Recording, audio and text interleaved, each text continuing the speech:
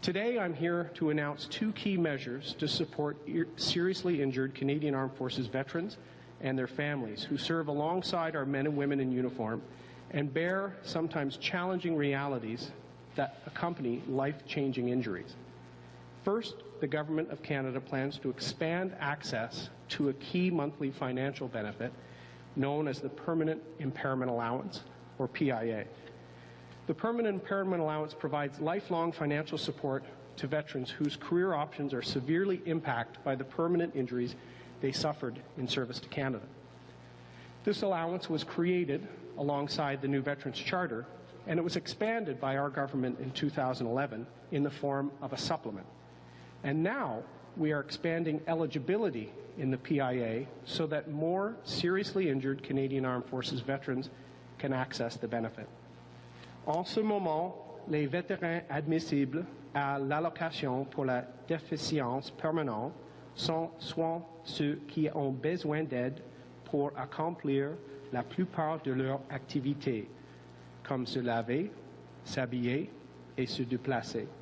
Les changements proposés aujourd'hui vont élargir les critères pour permettre à un plus grand nombre de vétérans atteints des déficiences graves à avoir accès à cette allocation. Right now, veterans eligible for the Permanent Impairment Allowance are those who need help from another person with most of their daily activities of living, such as bathing, dressing, and mobility. The proposed changes we are announcing today would expand the eligibility, so the criteria are less rigid and more veterans with serious impairments would qualify for this allowance. I'm also directing the Department to work with the Office of the Veterans Ombudsman to clarify how Veterans Affairs is considering loss of earnings into the 3 different grades within the PIA and to make them easier to understand and more predictable. The second important announcement today is the creation of a new benefit to help relieve some of the challenges facing the families of our most seriously injured. Caregiver fatigue is a real issue facing many families and something I encountered on my work years ago with the True Patriot Love Foundation. A serious physical or mental injury not only causes immense challenges to the former service man or woman, but it can cause life-changing stresses and challenges for the family as well. So today I'm proposing a new family caregiver relief benefit to provide an annual tax-free grant of up to more than $7,000. Family members who help with the care of our most seriously injured Canadian Armed Forces veteran can have added flexibility to relieve them during times of added stress on the family or to even help them recharge their batteries. Aujourd'hui, je propose donc une nouvelle allocation de secours pour les aidants familiaux qui est une subvention annuelle non imposable de plus de $7 000. Les membres de la famille qui prennent soin de nos vétérans les plus gravement blessés auront ainsi la possibilité d'obtenir un répit et la chance de refaire le plein d'énergie. I want to be clear of what this support is for. Today, Veterans Affairs provides support for in-home medical care for our most seriously injured veterans. This announcement isn't about that type of care. These services and supports are already in place and will continue. This new benefit is about the caregiver in the home. These caregivers, spouses, common law partners, parents, or adult children will often try juggling raising family, their workplace duties, alongside assisting their loved one. Their own careers are often sidetracked or reduced, and often their own health and wellness is impacted. This new benefit recognizes their important work and provides them with a little added flexibility and assistance. This benefit would allow caregivers in the home to be replaced by another family member, a friend, or a professional as needed. And it would be provided in addition to the Veterans Affairs Canada benefits already in place to support the veterans' health needs. We believe this will make a tremendous difference for veteran families. Today, we have expanded eligibility in the permanent impairment allowance, so more seriously injured veterans will receive this financial benefit to assist them for the rest of their life. This was advanced by the Ombudsman and by other stakeholders and was part of the all-party recommendation in the House of Commons last June.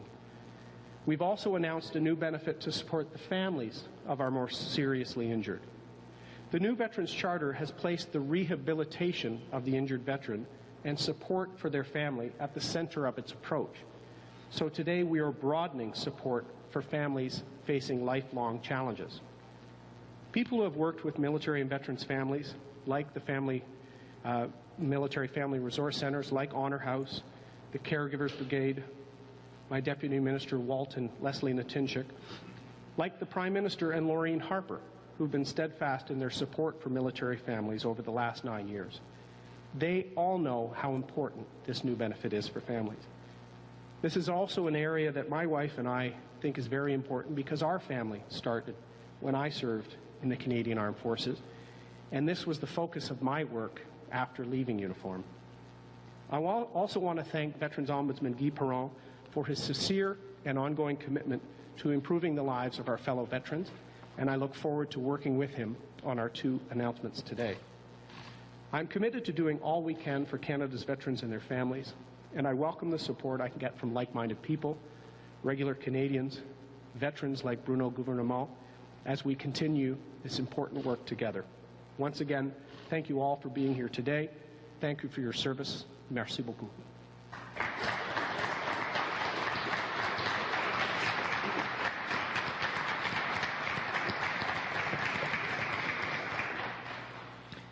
Merci, Minister. Thank you, Minister O'Toole. At this time, we will move to questions and answers.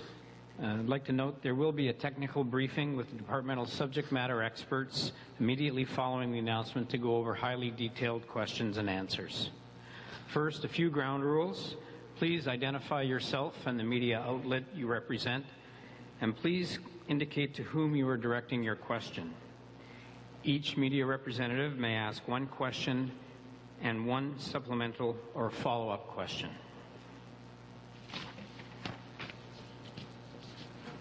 Minister Melanie Nagy from CTV National News. Thank you for your announcement. First question, just a detailed question, and then I'll give my supplemental question.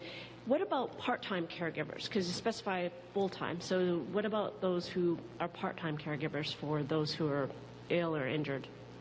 This actually targets them exactly. What our most seriously injured will have contracted care in their home.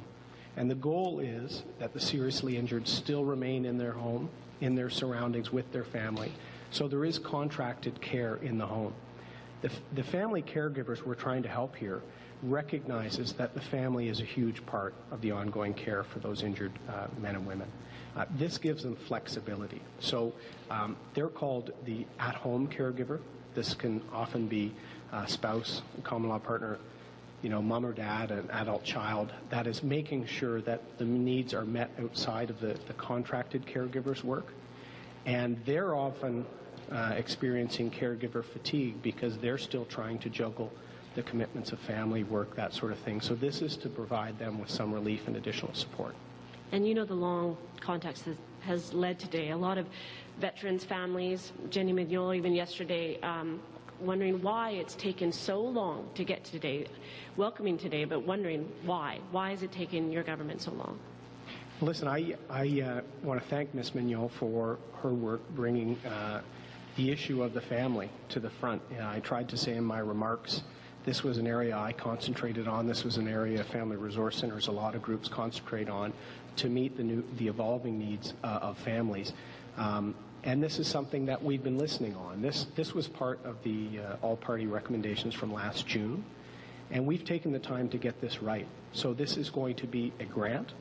This is going to be free of tax, and we're trying to structure a type of payment that allows flexibility and less paperwork. In fact, I almost want no paperwork because we know these families in receipt of this are already juggling in the stresses of the injury in the home. So we've taken the time to get this right because this is so important, and we'll continue to work with military families going forward.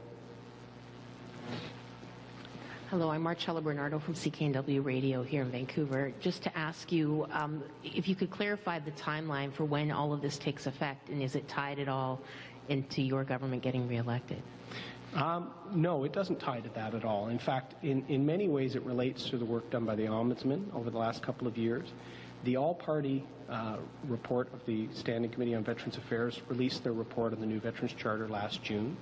I like to say there's only been 2 times in the last 10 years that all parliamentarians have dropped the politics and agreed unanimously on something.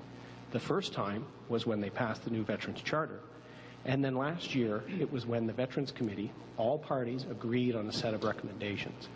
Because a lot of the reforms we've been announcing in the last week meet some of those recommendations from last June, I hope that the opposition parties will get behind this immediately and drop the politics from it, because they've been asking for it. So some of the benefits I'm announcing, including the family caregiver relief benefit today, will require legislation. We've been preparing that legislation, and I want to move it through the House very quickly, and I expect the opposition will want to do that as well. And what about you mentioned you wanted to cut back on red tape and reduce all of the bureaucracy. Are you guaranteeing now that someone's not going to have to prove that they're disabled every month or every year? What we've learned from some of these cases that veterans are actually bringing to me, bringing to my team, bringing to the General and the Department is these forms are too cumbersome. They're often hard to understand. And what we've tried to do is say, where can we eliminate entirely the need to renew programs or update files? And in cases where the department is actually checking on the health and wellness of the veteran, like, has your condition, do you need any more support?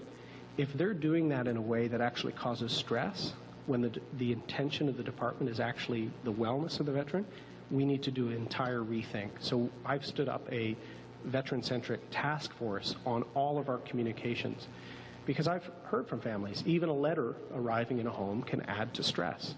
So that letter has to be written in a way that's easy to understand, that's compassionate, and shows the veteran we're writing to check on your wellness and to help.